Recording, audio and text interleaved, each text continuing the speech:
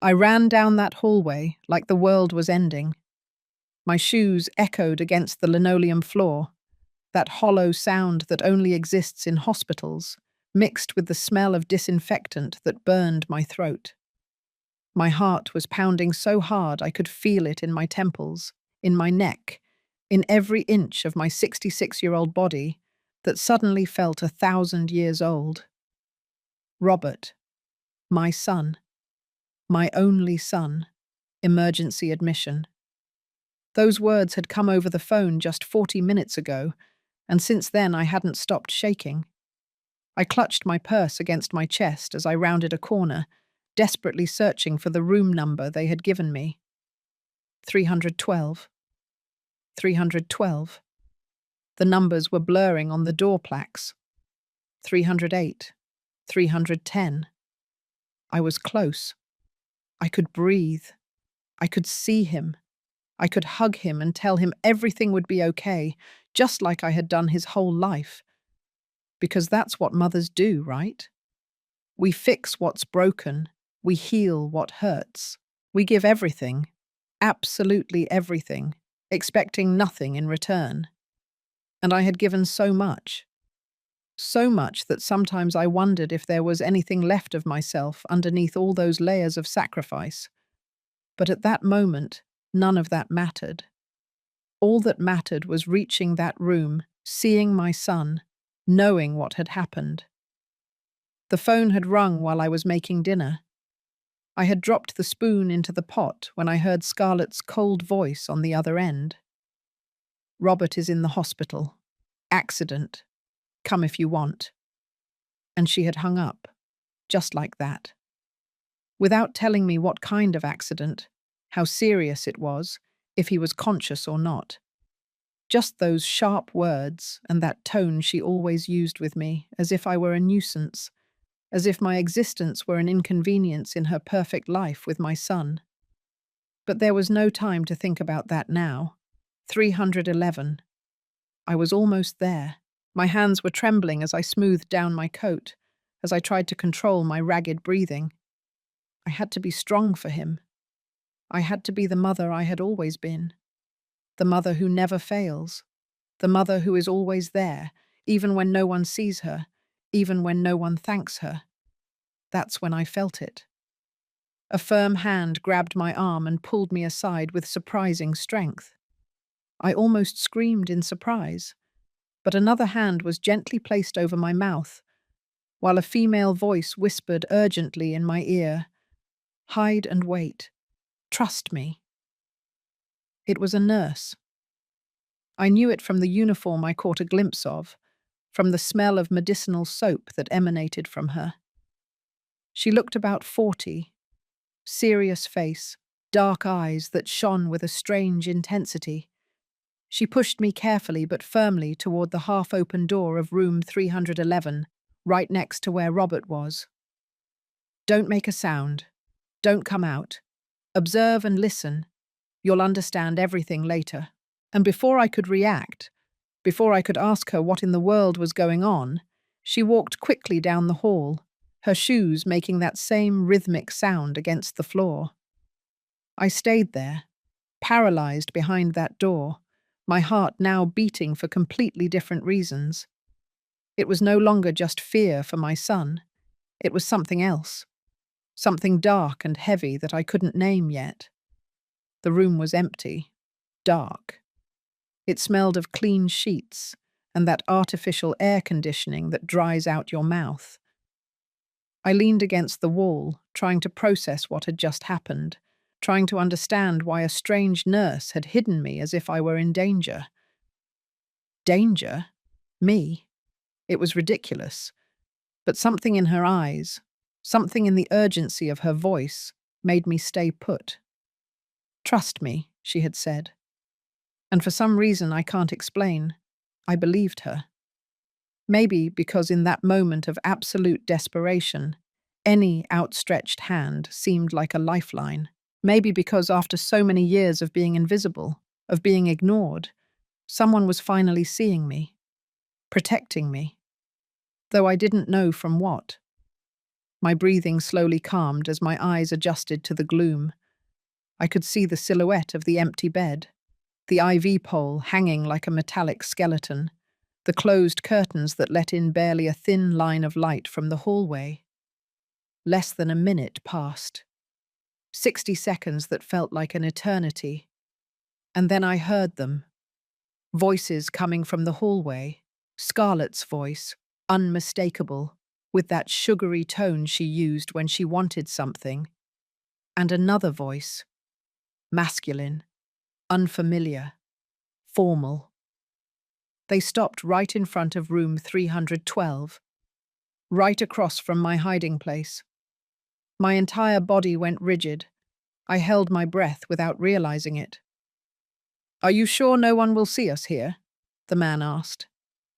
Scarlett let out a brief, dry laugh, like the rustling of dead leaves. "The old woman is on her way, but she'll still take a while. The guards don't let just anyone through that fast. We have plenty of time." Old woman. She called me an old woman. I felt something tighten in my chest, as if someone was squeezing my heart with their hands. But I forced myself to stay still, to keep listening, because something told me this was just the beginning. "Good.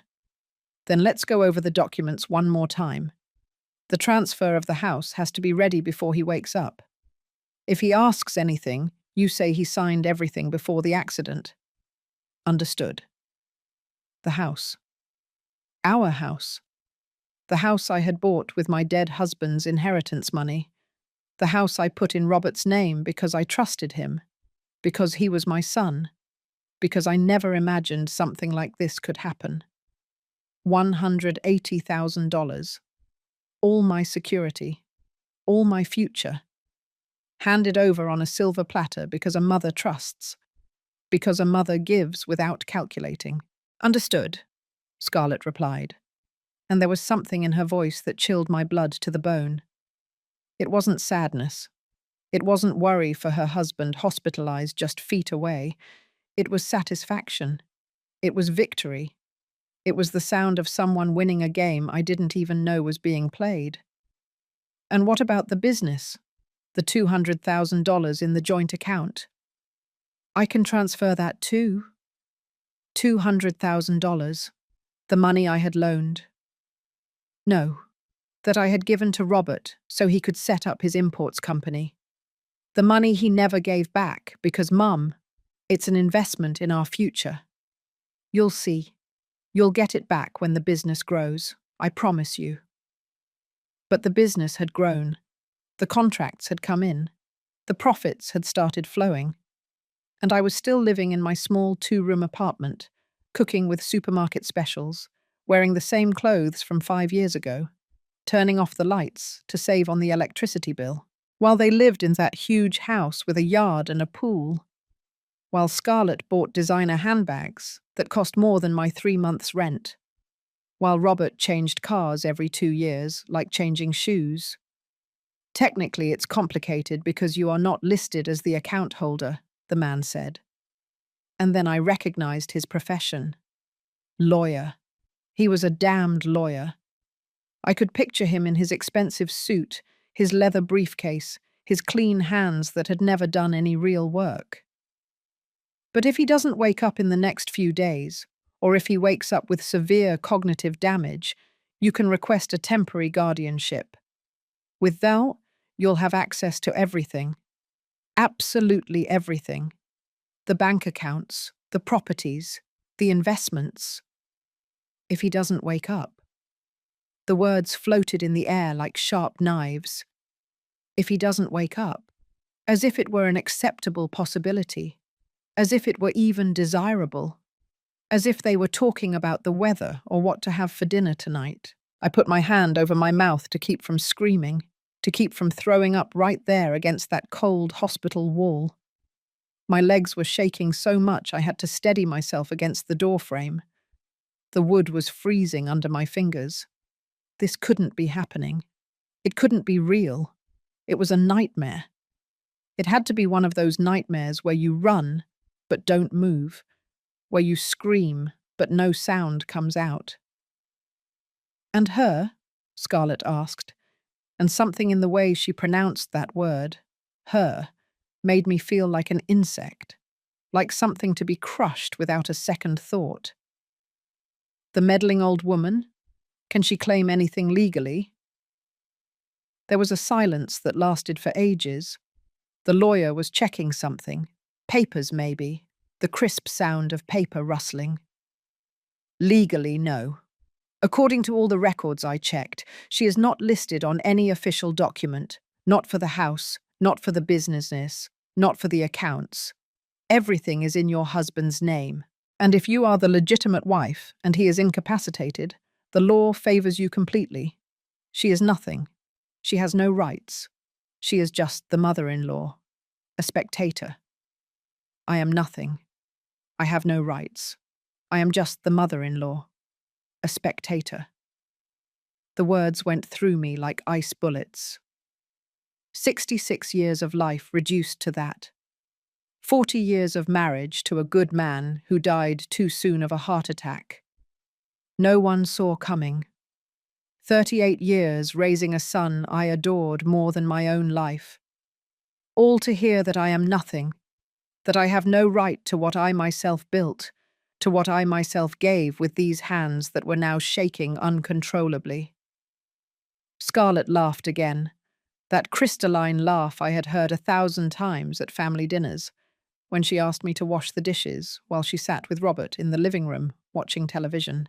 That laugh that sounded when I arrived with gifts for them, and she barely mumbled a thank you without looking me in the eyes, without getting up from the couch. That laugh I had mistaken for shyness at first, when Robert introduced her to me 7 years ago. How foolish I had been. How blind. How stupid. Perfect. Then we proceed with the original plan. I've been giving him the crushed pills in his orange juice in the mornings, just like you instructed. A little more each week. Just half a tablet more. The doctors think it's work stress, accumulated fatigue, his poor eating habits. No one suspects a thing. Absolutely nothing. The world stopped. Completely. As if someone had pressed pause on the entire universe. The pills. She has been giving him pills. To my son. To Robert. To my baby who had grown in my belly. Who had nursed at my breast. Who had slept in my arms every night of his first 2 years of life. My brain was trying to process what I had just heard, but it was too monstrous, too impossible to believe. This didn't happen in real life. This happened in movies, in news stories from other countries, in the stories you read on the internet and think, how awful.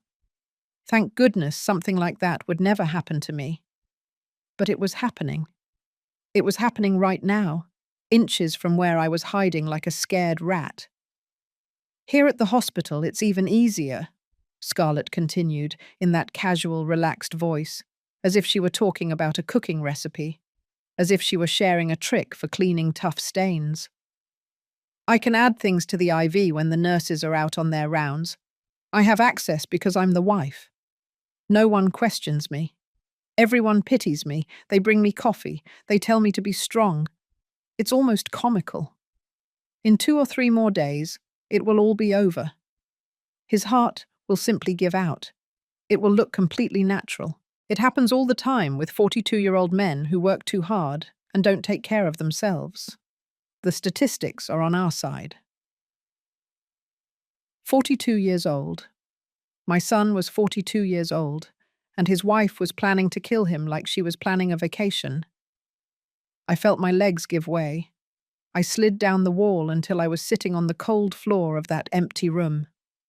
My hands covered my mouth so tightly I could feel my own teeth against my lips. I couldn't cry. I couldn't make a sound. I couldn't reveal that I was there, listening to every word of that hellish conversation. Excellent, the lawyer said, and I could hear him putting away papers, getting ready to leave. I'll send you the final documents tonight to your email. Sign them digitally and I'll take care of the rest. By Friday of next week, everything will be in your name. The house, the business, the accounts. And about the other thing, about the hospital plan, I know nothing. Officially, we never had this conversation. Is that clear? Crystal clear, Scarlett replied. You're a genius, Mark. I'll pay you very well when all this is over.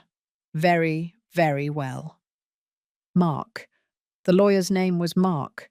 I burned that name into my memory as if carving it into stone. His footsteps receded down the hall, that sound of expensive shoes against cheap linoleum. But Scarlett stayed there. I could hear her breathing. I could feel her presence on the other side of that thin wall separating us. And then she spoke. But this time, no one was with her. She was talking to herself, or maybe talking to Robert, who was unconscious in that bed. Poor fool, she whispered, and her voice was filled with a venom so pure it burned to hear it. You thought you'd won me over with your cheap flowers and your empty promises. I never loved you, not for a single day. But you had what I needed. A stupid mother with money, a growing business, a paid-off house, and enough naivete to put everything in your name without any legal protection. You were the perfect target. Every word was a slap. Every sentence was a dagger straight to the heart. 7 years. They had been married 7 years. 7 years of lies. 7 years of acting. 7 years I had believed my son was happy. All those moments I had misinterpreted rushed into my mind. All those signs I had ignored. The times I would visit and Scarlett would disappear into the bedroom with some excuse. The times Robert looked tired, pale, but said it was work. The times I offered to help and he abruptly refused, as if my presence bothered him. Mum, I'm not a kid anymore. I can solve my own problems. But they weren't his problems. It was her. It was the poison he was drinking without knowing it every morning with his orange juice. It was the monster sleeping next to him every night, planning his death while he dreamed of a future that would never come. And as for you, you meddling old lady, Scarlett went on, and I realized with horror that even though she couldn't see me, she knew I existed. She knew I was an obstacle in her path. As soon as this is over, I'll take you out of our lives forever. You won't have the right to see even his grave, because legally you are nothing. You're just the witch who never accepted me, who always looked at me with suspicion, who always tried to sow discord between Robert and me. That wasn't true. I had tried to accept her. God knew I had tried with every fibre of my being, because she was the woman my son had chosen, because seeing him happy was the only thing that mattered to me. I had swallowed 1,000 humiliations. I had smiled when she criticized my clothes, my haircut, my cooking. I had washed her dishes after dinners, where I wasn't even served a decent plate, where I ate the leftovers standing up in the kitchen while they dined in the dining room. I had bought expensive gifts for her birthdays, for Christmas, for every special occasion, gifts she opened without emotion and left forgotten in some corner. I had taken care of their house when they went travelling, watering the plants, collecting the mail, dusting. I had been the perfect mother and mother-in-law, the one who doesn't bother, the one who doesn't have an opinion, the one who gives and gives and gives without asking for anything in return. And this was how they repaid me. With poison, with theft, with planned murder.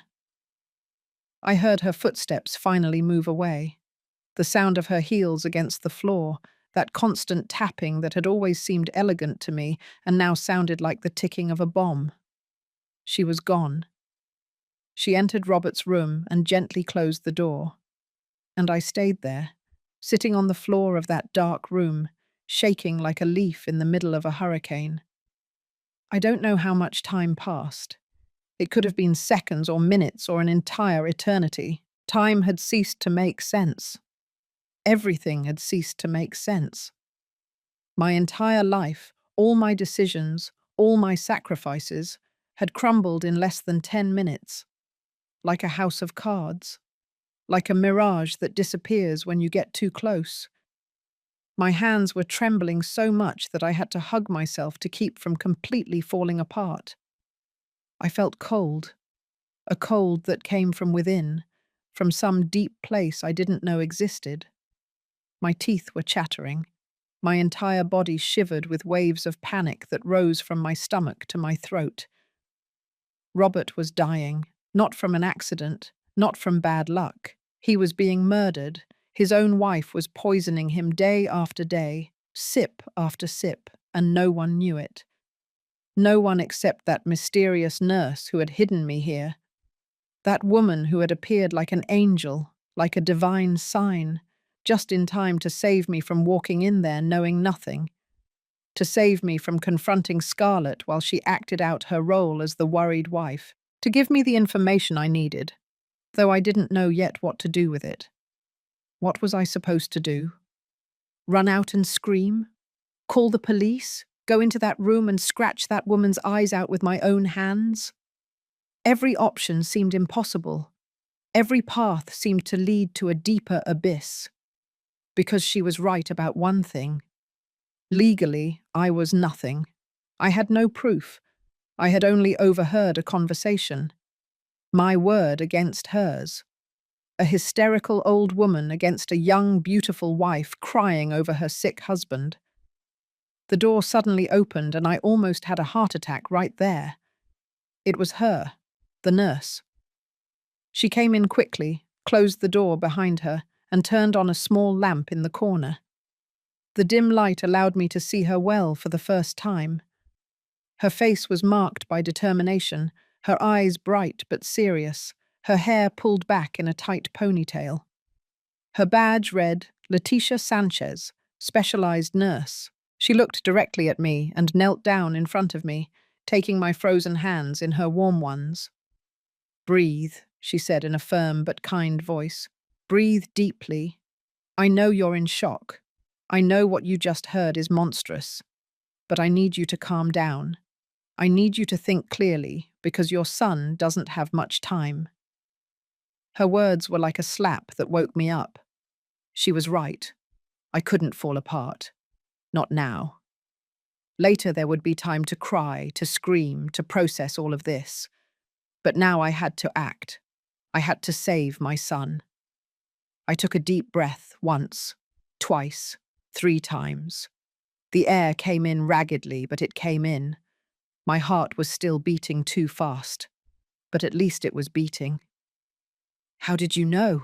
I managed to ask in a hoarse voice. How did you know that she… Leticia sighed and sat on the floor next to me, leaning her back against the wall. I've been taking care of your son in outpatient consultations for 3 weeks. He came in every 5 days with strange symptoms: extreme fatigue, dizziness, nausea, irregular heartbeat. The doctors couldn't find anything conclusive. They said it was stress. But I've seen these symptoms before. My sister died this way 4 years ago. Her husband poisoned her with anticoagulants for months. By the time we realized, it was too late. Her body was destroyed inside. Her voice broke as she said that last part, and I could see the ancient pain shining in her eyes. She had lost her sister the same horrible way, and now she was trying to save my son. She was trying to prevent another family from living her same nightmare. I started to suspect a week ago, she continued. The wife was always too calm, too controlled. She never cried, never despaired. She only asked about the results, the recovery times, the legal procedures if he became incapacitated. Strange questions for someone who supposedly loves her partner. Then I asked to see his old blood tests from 6 months ago, before the symptoms started, and I compared them with the current ones. There's an enormous difference. His levels of certain substances are completely altered, in a way that is not natural, in a way that only happens with intentional and sustained poisoning. Leticia took out her phone and showed me a series of numbers and graphs that I didn't fully understand, but looked terrifying. red lines going up and down like roller coasters, values that were marked with exclamation points. I talked to Dr. Stevens, the head of toxicology. He's the only one I trust here. I showed him my suspicions. He agreed to investigate discreetly, but we needed more solid proof. We needed to catch her in the act. She showed me her phone again, but this time it wasn't graphs. It was a recording app. She was recording. She had recorded the entire conversation between Scarlett and the lawyer. Every word, every confession, every monstrous detail of their plan. I knew you would come today. Scarlett mentioned it this morning to the other nurses, annoyed because she'd have to deal with the meddling mother-in-law. So I waited in the hallway. I saw you running desperately and I knew I had to protect you. I had to stop you from going in there without knowing, and I had to get her to confess. And she did. She confessed everything. Tears started rolling down my cheeks, uncontrollably. Tears of relief mixed with terror, mixed with infinite gratitude towards this unknown woman who had decided to risk her job, maybe her career, to save my son, to give me a chance to fight.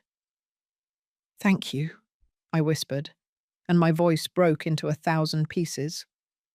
"Thank you, thank you, thank you." She squeezed my hands tightly. "Don't thank me yet. This is just beginning. Now we have to act fast and intelligently. Dr. Stevens is already analyzing your son's IV bag. If he finds evidence of tampering, we will call the police immediately. But we need more. We need to find the pills she's using. We need physical evidence."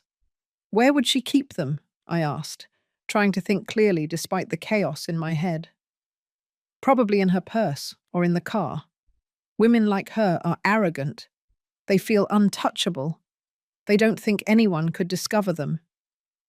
Letitia stood up and helped me to my feet. My legs were still shaking, but they held my weight. "Listen to me carefully," she said, looking me directly in the eyes with an intensity that made me feel like anything was possible, that we could win this.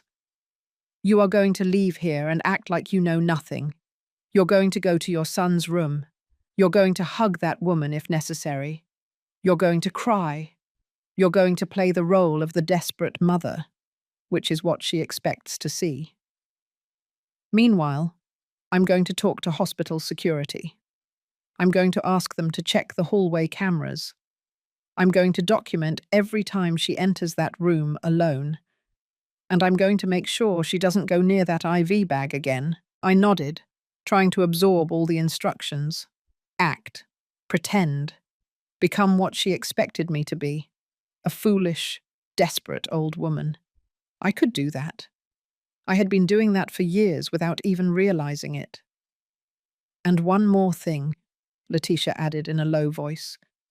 "Don't tell your son anything yet. If he wakes up, if he can talk, don't tell him what you know. He might not believe you. He might think you're exaggerating, that you're jealous, that you're making things up. Men in love are blind, and she's had 7 years to poison him not only with pills, but also with lies about you." Those words hurt more than I expected, because I knew they were true. Robert had changed with me in recent years. He had become distant, sharp, annoyed by my presence. How many times had he cancelled lunch with me? How many times had he forgotten my birthday? How many times had he told me he was too busy to visit me?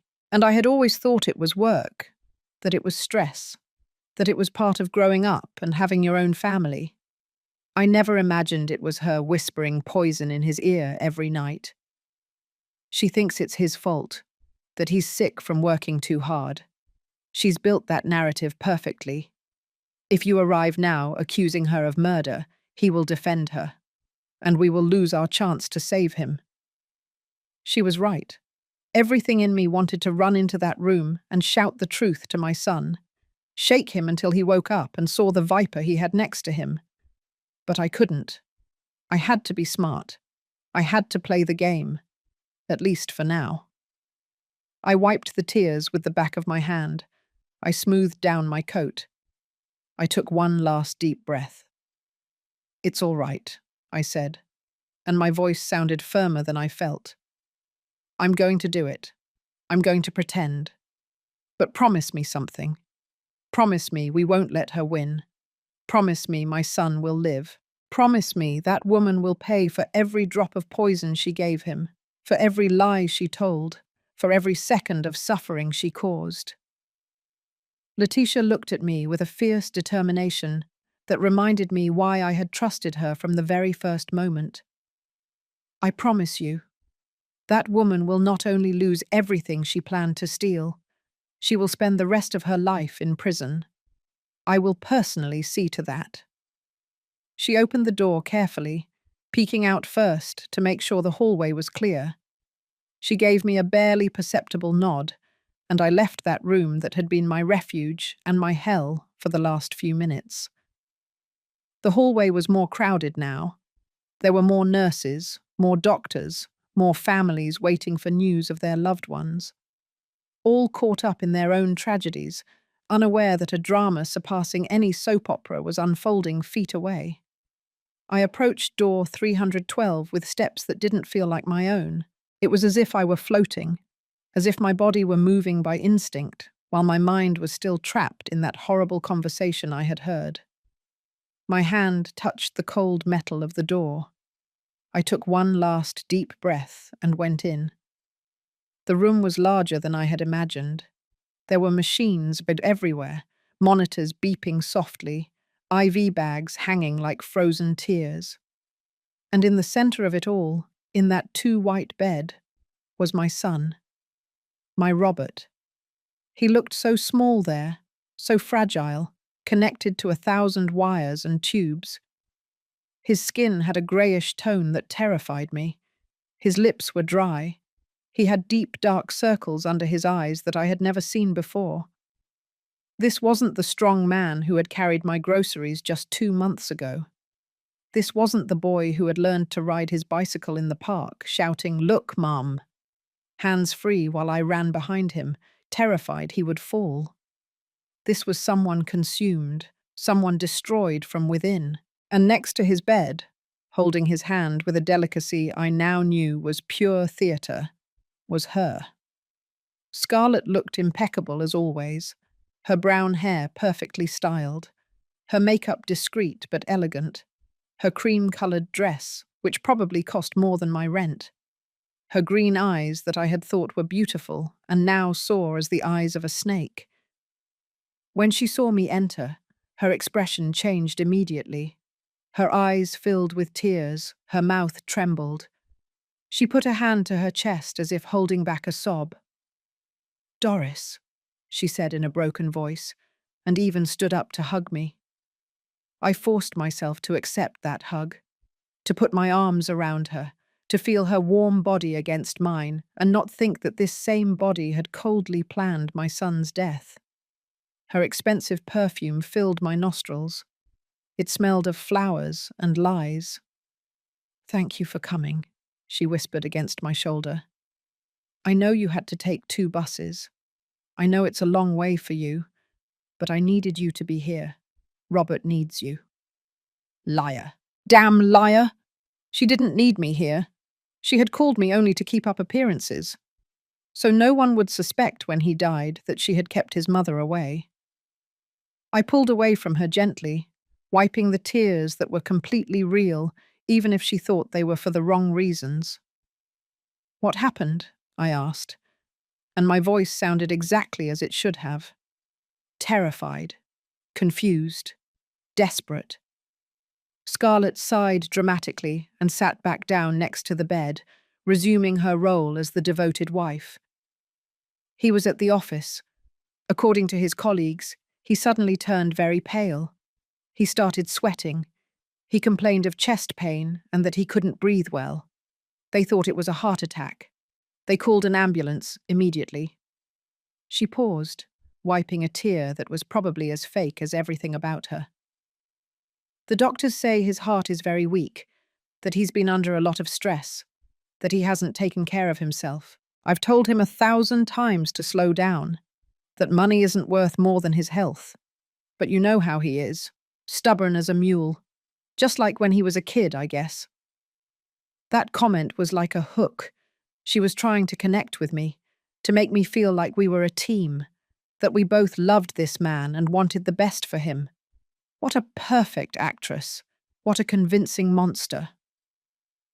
"What are the doctors saying?" I asked, moving closer to the bed and taking Robert's other hand. It was cold, too cold. His fingers didn't respond to my touch. What should we expect? That the next 48 hours are critical. That if he wakes up and there's no brain damage, he can recover with time and treatment. If he wakes up. Those words again, but this time coming out of her mouth with a feigned sadness that turned my stomach. "But they also said," she continued, and now her voice dropped to a lower, more intimate tone, as if sharing a secret with me, "that there is a chance he won't wake up, or that he'll wake up but won't be the same. Cognitive damage, they call it. That he might not be able to work again. That he might need permanent care." She was preparing me. She was preparing the ground for when he died, so that I would already have in my head that it was possible, that it was something the doctors had warned about, so that when it happened, no one would question anything. I bit my lip so hard I tasted blood in my mouth. But I couldn't explode. I couldn't reveal what I knew. I had to keep acting. "It can't be," I whispered, letting my voice genuinely break. "He's so young. He has his whole life ahead of him. So much left to do." Scarlett nodded solemnly, wiping another invisible tear. "I know. That's why I've been praying non-stop. That's why I asked Father Thomas to come tomorrow to give him a blessing. Just in case. Just in case. Just in case he died as she had planned. Just in case the poison finally did its job. Just in case no one noticed in time. But someone had noticed. Letitia had noticed. And now I knew too. And we weren't going to let this happen. "Can I stay for a moment alone with him?" I asked, hoping she would say yes. I needed a break from her toxic presence. I needed to breathe without her perfume invading me. Scarlett hesitated. I saw a shadow of distrust cross her face for barely a second before she put the mask of the understanding daughter-in-law back on. "Of course. I'm going to go get some coffee. Do you want anything? Some hot tea, maybe?" I shook my head. "I just want to talk to my son." She nodded and left the room with elegant steps, closing the door softly behind her.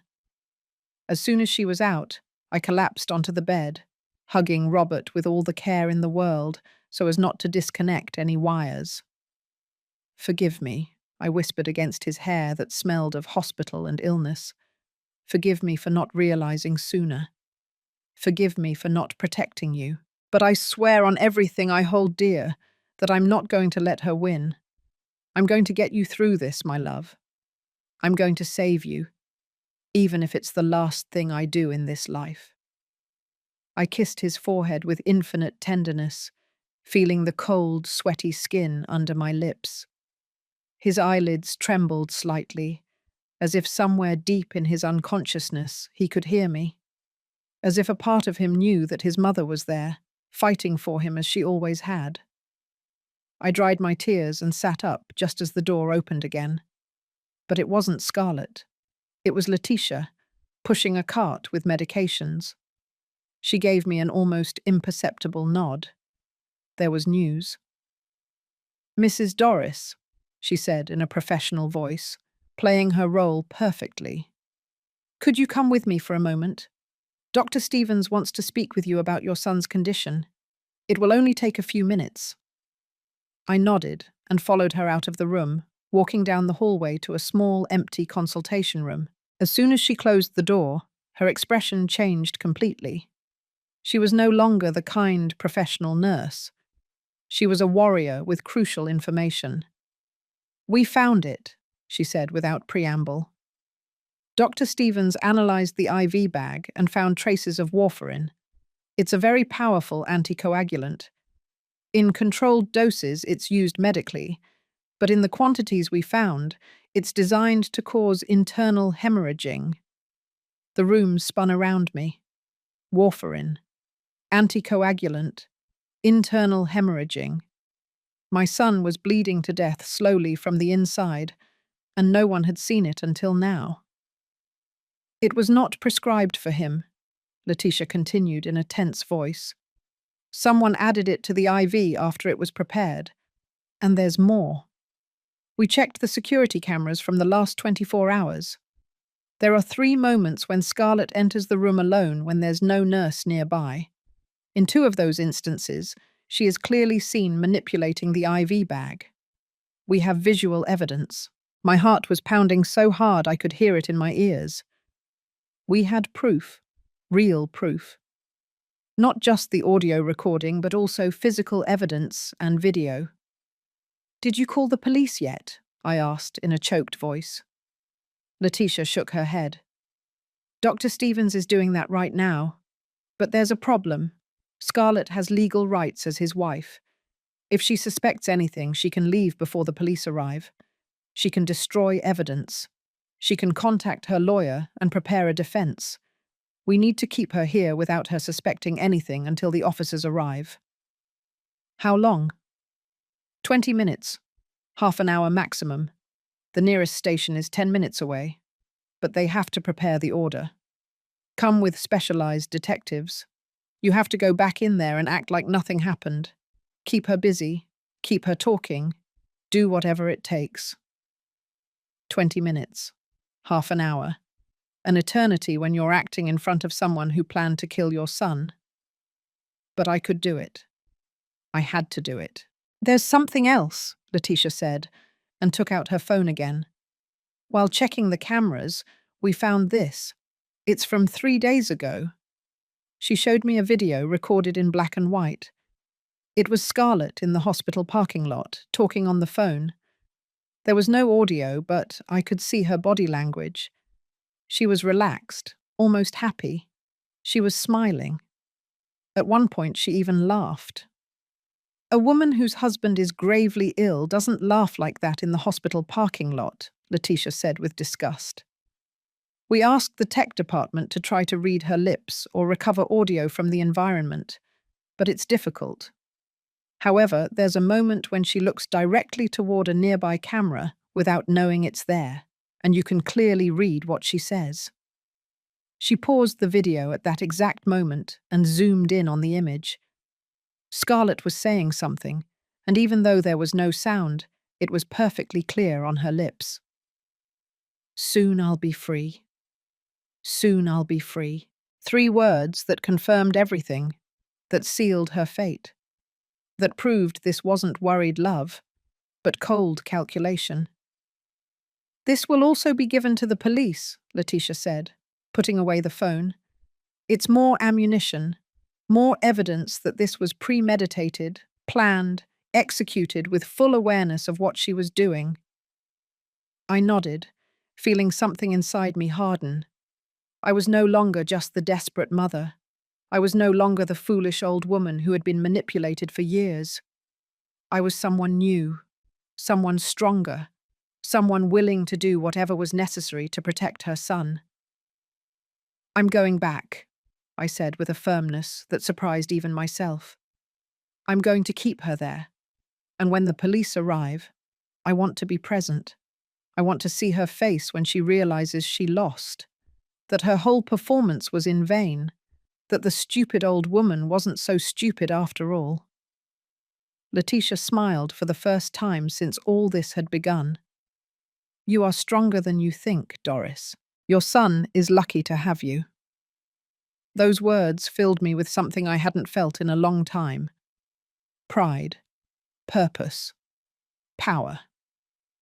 I returned to the room with measured steps, controlling my breathing, preparing my final performance. Scarlett had already returned and was sitting in the same position, holding Robert's hand, looking at him with that false expression of concern that I could now clearly see for what it was. "Everything all right?" she asked when I entered. "What did the doctor want?" "Just to check some paperwork," I lied with surprising ease. "Administrative things, nothing important." I sat in the chair on the other side of the bed and looked directly at her. It was time to play my most important role. "Scarlett, I need to tell you something." She looked up, her expression cautious. "What is it?" "I've been unfair to you." The words came out of my mouth like sweet poison. "All these years I've been cold, distant. I know you've felt it. I know you've tried to get close to me, and I've rejected you again and again." I saw her eyes widen with genuine surprise. This wasn't what she expected. "That's not true," she started to say, but I interrupted her. "Yes, it is, and I want to apologize. Because now, seeing my son like this, I realize that life is too short for stupid grudges, too short for silly pride." I leaned forward, taking her free hand in mine. She tensed slightly but didn't pull away. "You are the woman my son chose, the woman who makes him happy, and I should have celebrated that instead of feeling jealous, because that's what it was, you know? Jealousy, fear of losing him, fear of no longer being the most important woman in his life." Every word was a perfect lie. Every sentence was a hook, and she was biting. I could see it in how her eyes softened, in how her posture relaxed. "Doris, Let me finish, please," I said, squeezing her hand. "If Robert survives this, and he has to survive, I want to start over with you. I want to be the mother-in-law you deserve, the grandmother your future children will need. Because you are going to have children, aren't you? You had talked about that." I saw something flicker in her eyes. Discomfort, guilt, perhaps, or simply the annoyance of having to keep acting when she already thought she had won. "Yes," she finally said. "We had talked about it. After the business stabilized more, after we had more savings, more lies. There had never been plans for children, only plans for early widowhood and easy wealth. Well, when he gets out of here, I'm going to help you. I have some savings put away. It's not much, but it's something. Maybe I can help you with the down payment for a bigger house, one with a yard for the kids. It would be my gift to you, for the family you're going to build." I saw her eyes gleam for a second. Pure, hard greed. Even now, even in the middle of her master plan, the idea of more money excited her. "You don't have to do that, Doris," she said softly, but her eyes said the opposite. Her eyes were screaming, "Give me more. Give me everything." "I want to. It's the least I can do after all these years of distance. Besides, I have no one else. When I die, everything I have will be Robert's anyway, and consequently yours too. Better to enjoy it together while I'm alive." Now, I was selling myself out completely. I was painting myself as the foolish old woman with money that she had always believed I was, and it worked. I could see how she relaxed more and more, how the tension left her shoulders. She believed she had finally broken me, that she had finally won my trust. "You are so generous," she said, and even squeezed my hand with what I suppose was meant to look like affection. "Robert is very lucky to have you as a mother."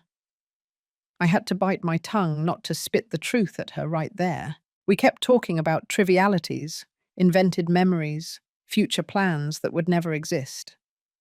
I played my role as the repentant mother-in-law, and she played hers as the forgiving daughter-in-law. Two actresses on a small stage, waiting for the curtain to fall. I looked at the clock discreetly. 15 minutes had passed. 5 more. Just 5 more minutes, and the police would arrive. Just 5 more minutes, and all this theatre would end. "You know what I would like?" I said suddenly, as if it had just occurred to me. "I would like it if, when Robert wakes up, the first thing he sees is the two most important women in his life holding hands, united, together for him." Scarlett smiled, and it was a smile so sweet, so false, so perfectly rehearsed. "I would love that, Doris. I would love that." But then something changed in her expression. A shadow crossed her face. She stiffened and let go of my hand. "What is that noise?" she asked, turning her head toward the door. I heard it too then. Voices in the hallway, many voices, quick footsteps, the unmistakable sound of urgent activity. And then the door burst open. 4 people entered. 2 uniformed police officers, a woman in a suit who was clearly a detective, and behind them, Letitia and Dr. Stevens. Scarlett jumped to her feet, her eyes wide. "What is going on?" she asked. And for the first time since I had known her, her voice sounded genuinely scared. The detective stepped forward, showing her badge. "Scarlett Fernandez of Salazar. I am Detective Audrey Ruiz. I need you to come with us to answer some questions about your husband's condition." "Questions? What kind of questions?" "My husband is sick. He had a collapse. What does that have to do with the police?" Her voice rose in pitch, becoming sharper, more desperate. The mask was beginning to crack. "We have found evidence that Mr. Robert Salazar has been the victim of intentional and sustained poisoning. Toxicological analysis shows dangerous levels of warfarin in his system, a substance that was not prescribed to him and was deliberately added to his hospital treatment." The silence that followed was deafening.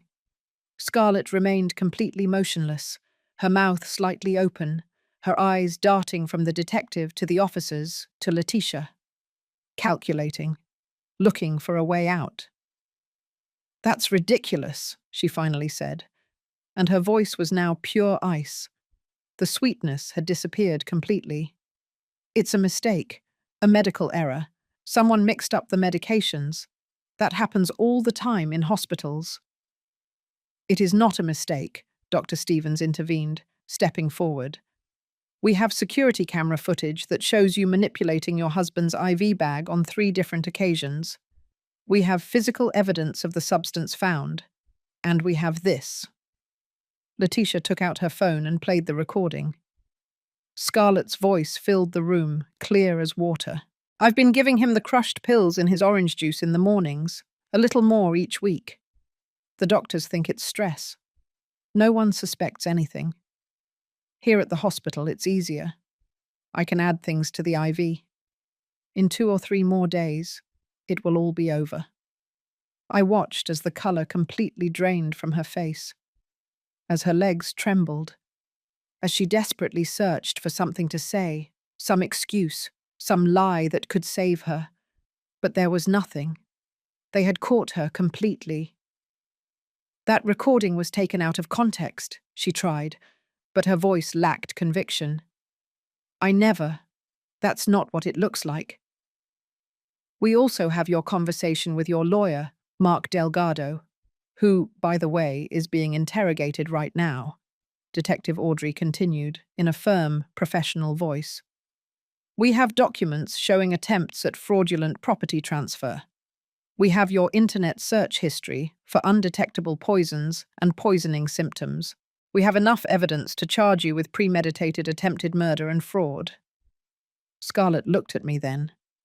Her green eyes, once so beautiful, now filled with pure hatred. "It was you," she hissed like a snake. "You did this, meddling old woman. Old witch. You couldn't just keep quiet and let things run their course. You had to stick your nose where it didn't belong." I stood up slowly, walking toward her with a calmness I didn't know I possessed. I stood in front of her, looking her directly in the eyes. "I am his mother," I said in a low voice, but full of power, "and a mother always protects her children. Always. You thought you could fool me. You thought I was a stupid old woman with money. You thought you could steal everything from me, kill my son, and get away with it. But you were wrong. You were gravely wrong. Scarlett Fernandez, one of the officers said, taking out the handcuffs. You are under arrest for attempted murder in the first degree. You have the right to remain silent. Anything you say can and will be used against you in a court of law. You have the right to an attorney. If you cannot afford one, one will be assigned to you. The handcuffs made that characteristic metallic sound as they closed around her wrists. She resisted at first, yelling that it was a mistake, that she was being unfairly accused, that her lawyer would sue them all. But the officers were professional. They held her firmly and began to lead her out of the room. Just before crossing the door, she turned to look at me one last time. You think you won? She spat with venom in every word. But he'll never believe you. When he wakes up, I'm going to tell him you made everything up, that you're jealous, that you're crazy, and he's going to believe me. He always believes me. I smiled, not with joy, but with the satisfaction of someone who knows she has the last card. It no longer matters what he believes. Justice does not depend on his opinion. It depends on the evidence, and the evidence condemns you. They took her out then, her screams echoing down the hallway until they faded into the distance. I stood there, trembling from head to toe, feeling all the adrenaline that had kept me standing for the last hour finally leave me. My legs gave way, and Letitia ran to support me, helping me sit down before I fell. It's over, she whispered, hugging me. It's over. You did amazingly. You saved your son. But I couldn't celebrate yet, because Robert was still unconscious in that bed. Robert was still full of poison. Robert was still fighting for his life. Doctor, I said in a shaky voice, looking at Stevens. My son, is he going to be okay? Were you able to? We started the detoxification treatment as soon as we confirmed the warfarin, he explained in a reassuring voice. High doses of vitamin K to counteract the anticoagulant. Fresh plasma transfusions. His body is young and strong. He has very good chances of a full recovery. Very good chances. It wasn't a guarantee. But it was hope.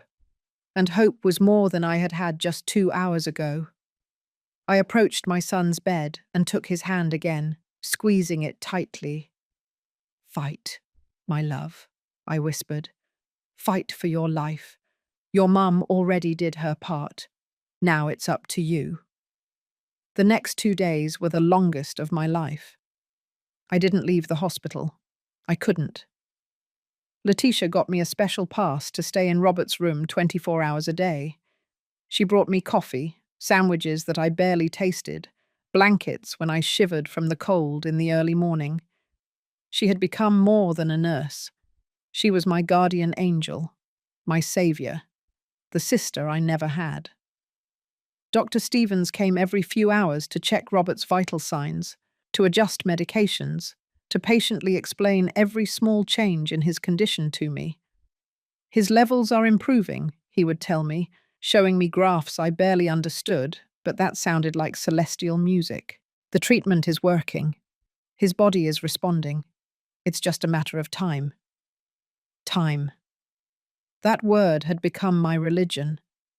Every minute that passed was a minute further from the poison. Every hour was a small victory against the death that Scarlett had planned so coldly. I sat next to his bed and talked to him. I told him stories from when he was a child, about the time he got lost in the supermarket and I found him crying in the cereal aisle, about his first day of school when he clung to my leg, unwilling to let go, about all the Christmases, the birthdays, the small moments that build a life. You have to wake up, I told him over and over. You have to wake up because there is still so much to live for. So much you haven't done. You can't leave like this. You can't leave me like this. Sometimes his eyelids trembled. Sometimes his fingers moved slightly. And I clung to those signs like a castaway to a piece of wood. Detective Audrey came to see me on the second day. She brought a truly decent coffee, not the watery kind from the hospital machine, and sat with me in that silent room. "I wanted to update you on the case," she said in a professional but kind voice. "Scarlett is being held without bail. The charges are serious: attempted murder, fraud, tampering with evidence. Her lawyer, Mark Delgado, is cooperating with us in exchange for a reduced sentence. He has confessed to the entire plan: the property transfers they were preparing, the falsified documents, everything." I nodded, feeling a dark satisfaction I didn't know I was capable of feeling. "How much time will she serve in prison?" "If we convict her on all counts, we are talking about between 25 and 30 years minimum. And with the evidence we have, it's almost impossible for her to be acquitted." 25 to 30 years. An entire lifetime. Enough time for her beauty to fade behind bars. Enough time for her to pay for every drop of poison she gave my son. "There's something else you should know," Audrey continued, pulling a folder from her briefcase. "We investigated her past. Scarlett is not her real name. Her name is Karen Fields. She has a record in 2 different states for fraud and scams. She marries men with money, manipulates them into taking their assets, and then disappears. Your son was not her first victim. He was the 4th. I felt like I had been punched in the stomach. 4th. Robert was her 4th victim. The others? I couldn't finish the question. Audrey shook her head.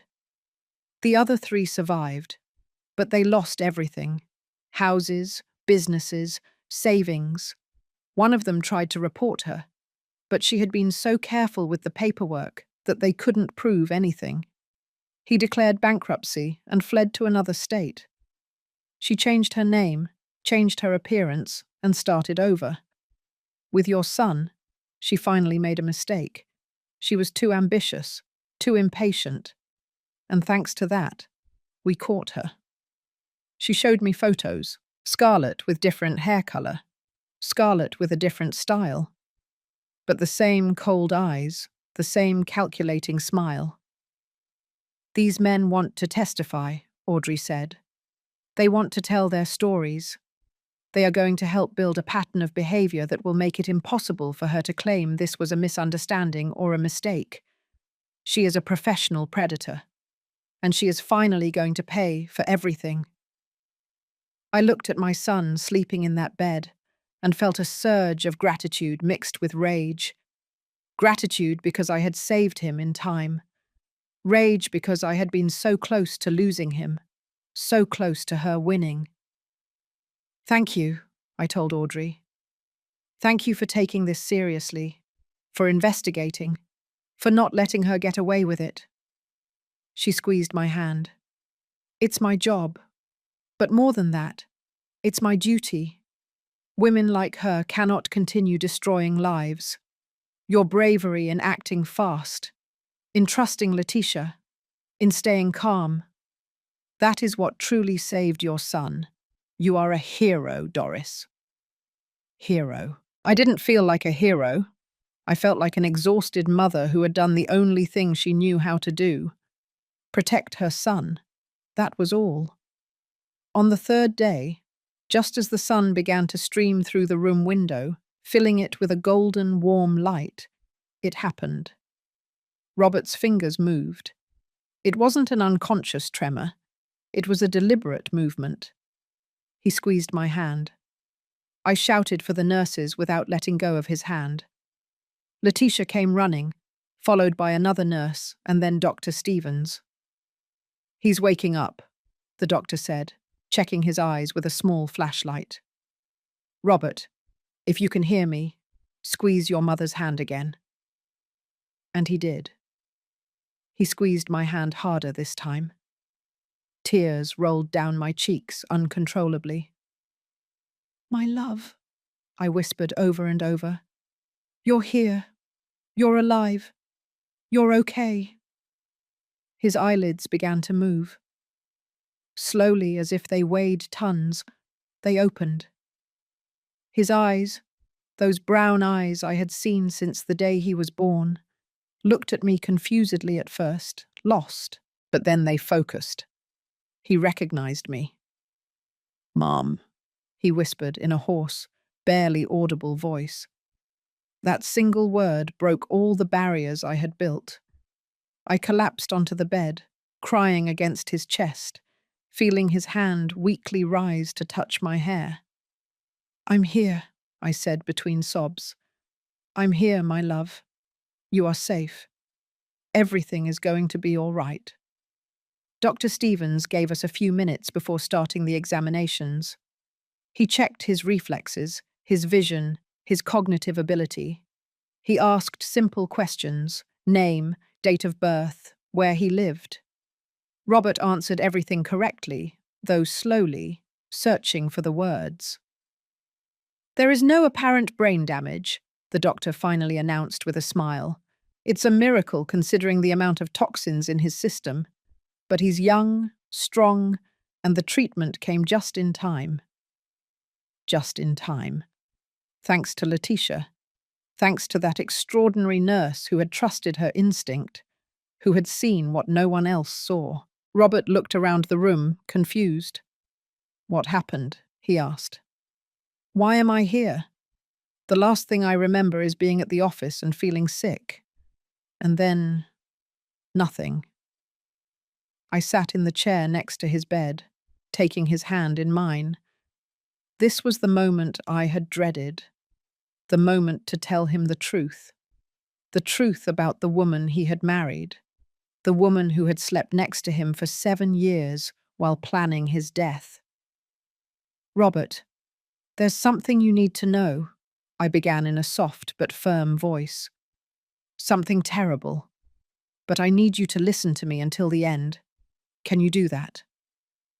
He nodded, though I could see the fear growing in his eyes. Fear of what he was about to hear. Fear of a truth he probably already suspected in some deep corner of his mind. I told him everything. From the moment I ran to the hospital until Letitia hid me. I told him about the conversation I overheard, about Scarlett and the lawyer, about the poison in his orange juice, about the warfarin in his IV bag, about the 7 years of lies, about the other 3 victims, about the plan to take everything and leave him to die as if it were just another accident. I watched as his face went through every possible emotion. Disbelief at first, denial, anger, pain, and finally, a sadness so deep it broke my heart to see it. It can't be, he whispered when I finished. Scarlett, no. She loves me. She has always been there for me. She took care of me when I was tired. She prepared my juice every morning. He stopped. He heard his own words. The juice every morning, exactly as she had confessed in the recording. Do you want to hear the recording? I asked softly. Nurse Letitia recorded everything, her complete confession. He shook his head violently. No, I don't want to. I can't. He cried then. My adult son, my strong man, cried as I hadn't seen him cry since he was a child. He cried for the betrayal, for the lost years, for the love he had believed was real and never existed. I climbed onto the bed carefully and hugged him as I had done 1,000 times when he was little, when he fell off his bike, when a kid bothered him at school, when his first love rejected him. I had always been there to pick up the pieces, and here I was again. I'm sorry, I said, even though I wasn't the one who should apologize. I'm sorry you had to go through this. I'm sorry I didn't notice sooner. I'm sorry I was so blind. It wasn't your fault, he murmured against my shoulder. I didn't see anything either. I lived with her. I slept next to her. I told her my dreams, my fears, my plans. And all the time. He didn't finish the sentence. There was no need. I loved her. Mum, he continued after a while. Or at least I loved the person I thought she was. How could I have been so stupid? How did I not see the signs? Because that's how people like her operate, I said softly. They are experts in manipulation, in making you believe exactly what they want you to believe. You weren't stupid, you were human. You trusted because that's what good people do. They trust. We stayed like that for a long time, mother and son, survivors of a storm that almost destroyed both of us. Mum, he finally said, pulling back a little to look me in the eyes. She said things about you, didn't she? All these years. She said things that made me pull away from you. I nodded slowly. I didn't want to put more burden on him, but I needed the truth between us. Yes, I guess so. You started to change with me about 3 years ago. More distant, colder, as if my presence bothered you. He closed his eyes in shame. She told me you were controlling, that you wanted to separate us, that you spoke badly about her behind her back, that you gave her expensive gifts just to make her feel bad, to show that she couldn't afford those luxuries. Every time I mentioned visiting you, she would cry. She would say you made her feel inferior, that you would never accept her. And I believed her.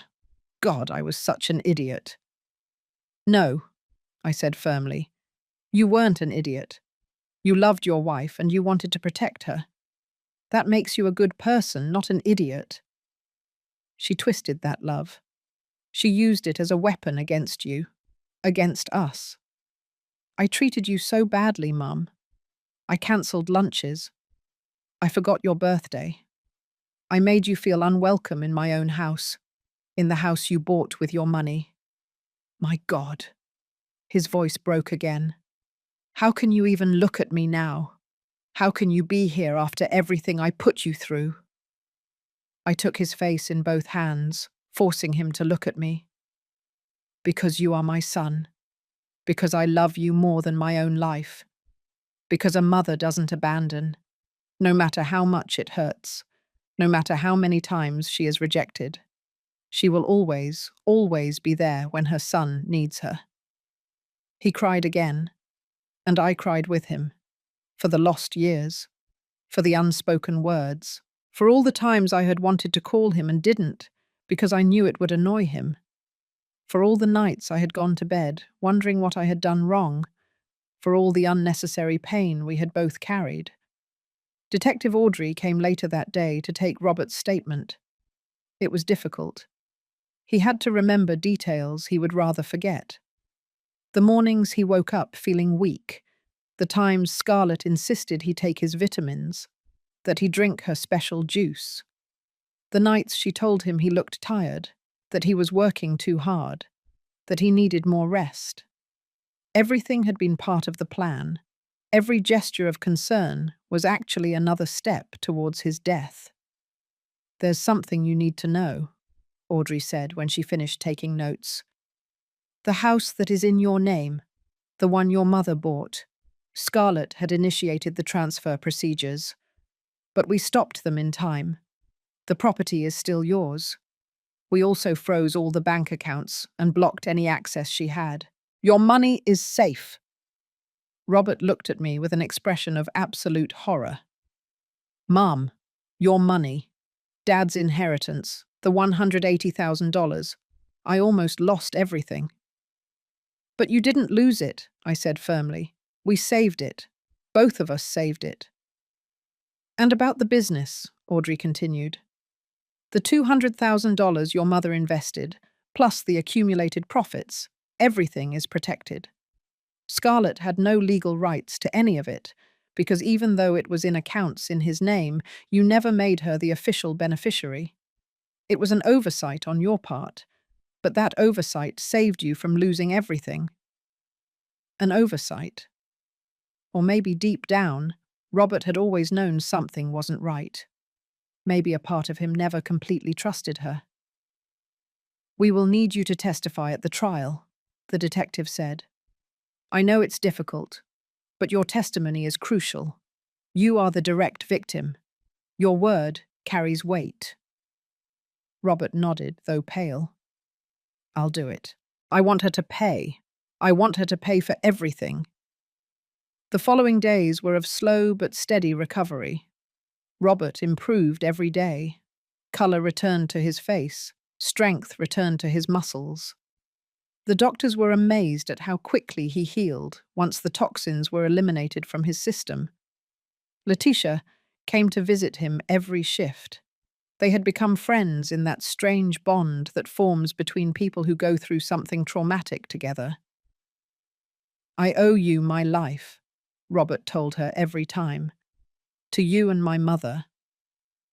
"I was just doing my job," she always replied modestly. But we both knew she had done much more than that. She had risked her career. She had trusted her instinct when everyone else ignored it. She had been brave when it would have been easier to stay quiet. A week after waking up, Robert was finally strong enough to sit in a chair by the window. He looked out, toward the city that kept moving without knowing the drama that had unfolded in this room. "Mum," he said without turning to look at me, "when I get out of here, I want to make things right. I want to give you back your money, every single penny, with interest." "You don't need to," I started, but he raised his hand. "Yes, I do need to. I need to make it right. I need to show you that I am not that man who ignored you for 3 years, that I am not that son who forgot where he came from. I need to show myself too." I walked over and sat in the chair next to him. "You don't have to show me anything. You already did.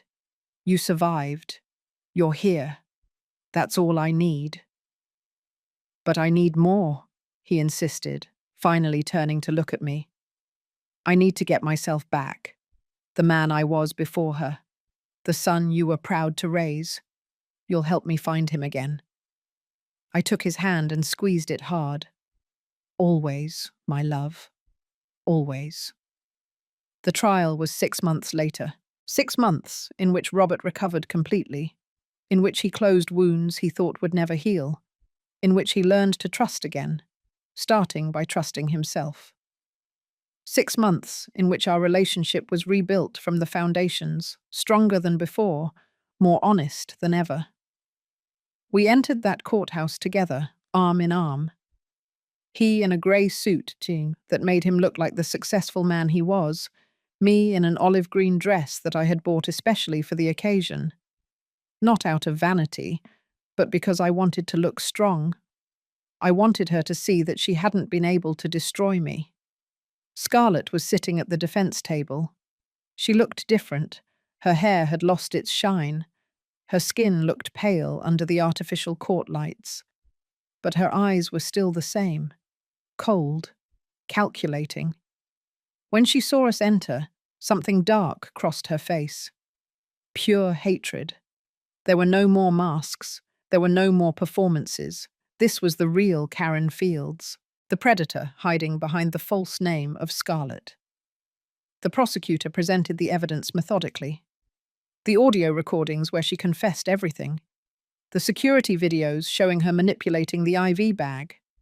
The toxicological analyses. The testimonies of the other 3 men she had previously scammed. Every piece of evidence was another nail in her legal coffin. Letitia testified about how she had noticed the symptoms, about her suspicions, about the investigation she had done risking her job. Dr. Stevens explained in precise medical terms how the warfarin had been destroying Robert's body from the inside. How, without intervention, he would have died in a matter of days.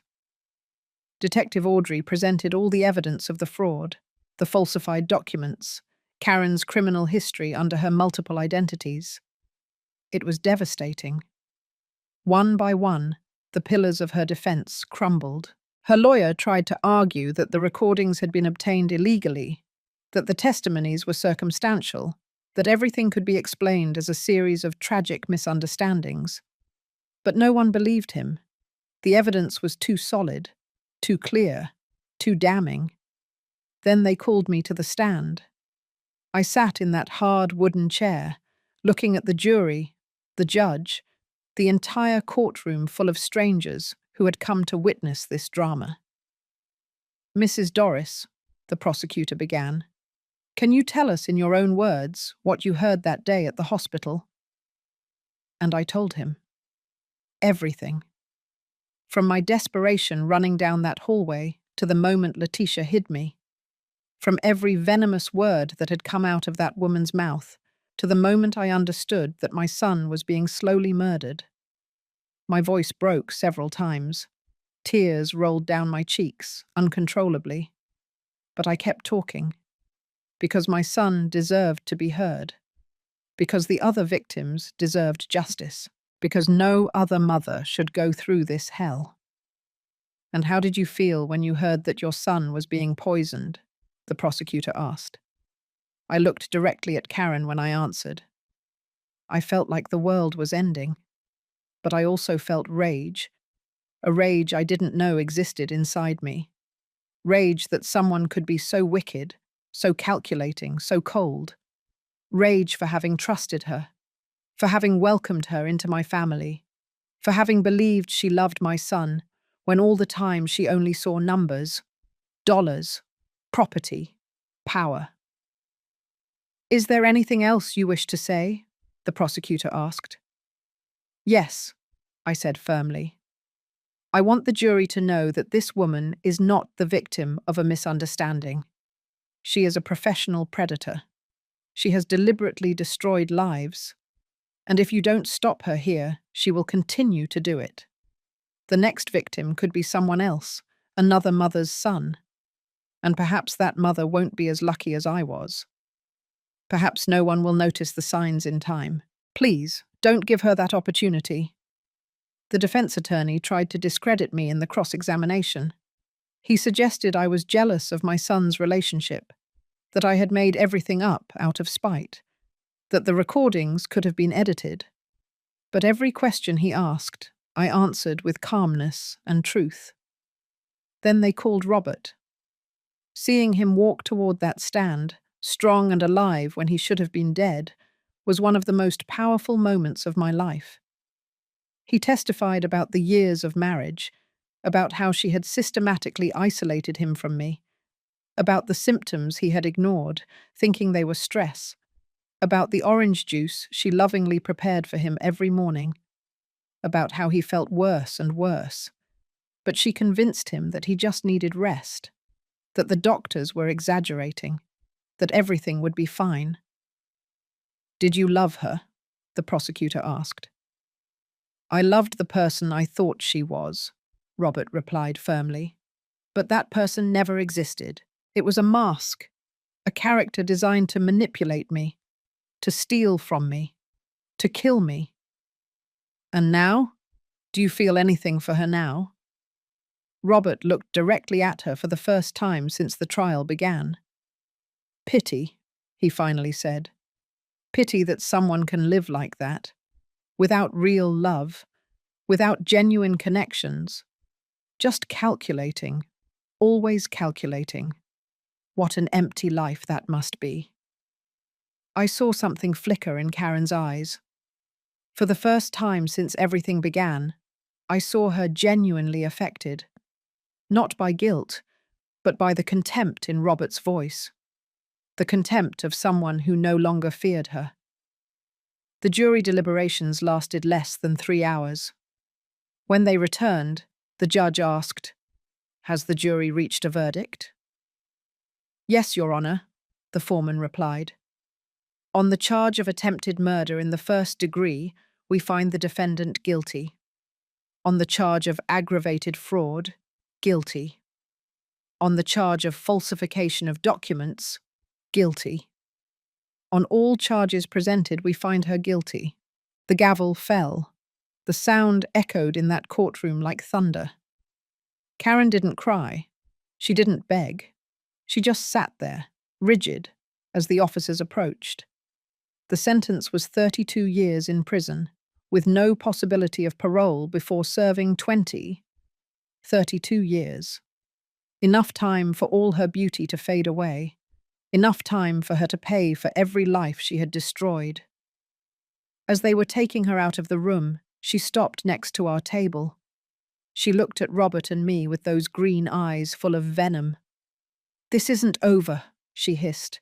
"I'll find a way out. And when I do—" "You won't," Robert interrupted her with absolute calm.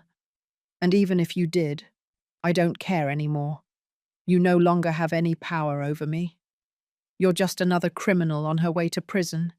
Nothing special, nothing memorable, nothing." It was the final blow. Watching her ego crumble, watching the reality of her situation finally catch up with her. They took her out then, and it was the last time we saw her. Outside the courthouse, a group of reporters was waiting for us. Robert had decided to speak publicly about what had happened. He wanted to warn others. He wanted his story to serve a purpose. "My name is Robert Salazar," he began in front of the cameras. "And I almost died at the hands of the woman I married. But I am here today thanks to 3 incredible people. Leticia Sanchez, a nurse who trusted her instinct. Dr. Stevens, who took her concerns seriously. And my mother, Doris, who never gave up on me, even though I had pushed her out of my life." He searched for me in the crowd and extended his hand.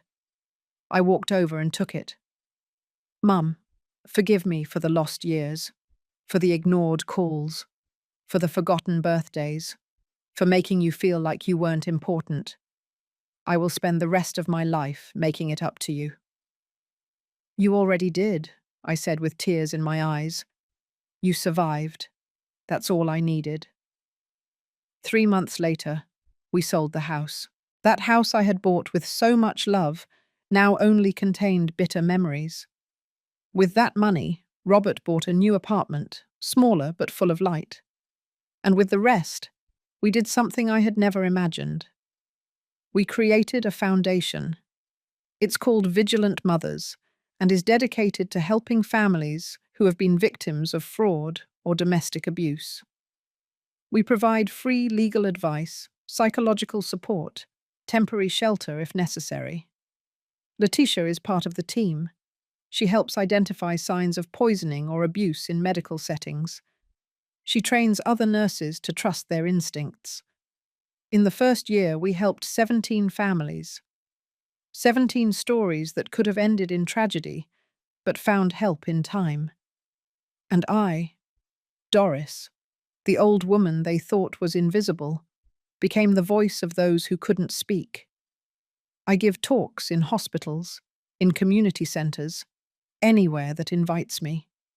I tell my story without shame, because the shame is not mine. It belongs to the predators who hide behind charming smiles. Today, as I write these lines from my new apartment, with an ocean view, one I bought for myself with my own recovered savings, I feel something I hadn't felt in years. Peace. My son comes over for lunch every Sunday. We cook together, we laugh together, we plan the future together. We made up for lost time, not by living in the past, but by building something new. And when I look back, at that horrible night in the hospital, at that moment when I heard murder plans whispered in a hallway, I no longer feel just pain. I feel gratitude. Because that night I discovered something about myself that I didn't know existed.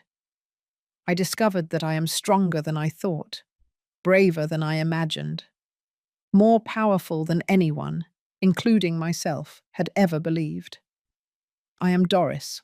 I am 66 years old. And finally, after a lifetime of giving, I learned to fight. And I won.